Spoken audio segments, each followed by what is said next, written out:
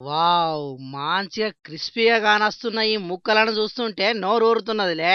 మీకే గాదు ఇసొంటి క్రంచీ క్రంచీ ముక్కలు చూస్తే ఎవ్వలికైనా తినాలనిపిస్తది. కాకుంటే ఇవి నిన్నటియో, మొన్నటియో అంటే ఏమనిపిస్తది? యాక్ తు పాసిపోయినయి ఎట్లా తింటామనిపిస్తది కదా! అవు ఇంట్ల అండుకుంటే పొద్దటిది మాపటీలే తినరు కొంతమంది. ఇక తెల్లారైతే అసలుకే తినరు శానా మంది. కానీ అదే పెద్ద పెద్ద హోటళ్ళకు పోతే మాత్రం అది నిన్నటిదో, మొన్నటిదో ఎవరికి తెలుస్తది? మంచిగా ఆర్డర్ ఇయ్యంగానే గరం గరం చేసుకొని మసాలా ఇంత ఎక్కువ తక్కువ వేసుకొని పట్టుకొస్తే అయిపాయే. వావ్ మస్తున్నది అనుకుంటా ఊరిచ్చుకుంటా మరీ తింటారు కొందరు కొందరు. ఇసొంటి ఫుడ్ అప్పటి మందం మంచిగానే అనిపిస్తది గాని తర్వాతనే పరేషాన్ ఉంటది.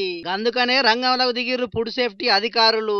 గుంటూరు జిల్లా కేంద్రం లక్ష్మీపురంలో ఉన్న బిస్మిల్లా హోటల్ 50 కిలోల చికెన్ మటన్ చేపల మాంసాన్ని ఫ్రిడ్జ్ లో నిల్వ చేసిండ్రట.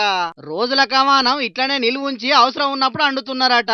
ఇక ఈ ముచ్చట తెలిసిన ఫుడ్ సేఫ్టీ అధికారులు ఆ హోటల్ కచ్చి మొత్తం చెకింగ్లు చేసిర్రు. ఇక ఇట్లా ఫ్రిడ్జ్ లో నిల్వ చేసిన మాంసం మొత్తం సీజ్ చేసిర్రు. ఇక ఆ హోటల్ ఉన్న ఫుడ్ కు టెస్టులు చేసి కేసులు రాసుకొని చర్యలు తీసుకుంటామని చెప్పిర్రు అధికారులు.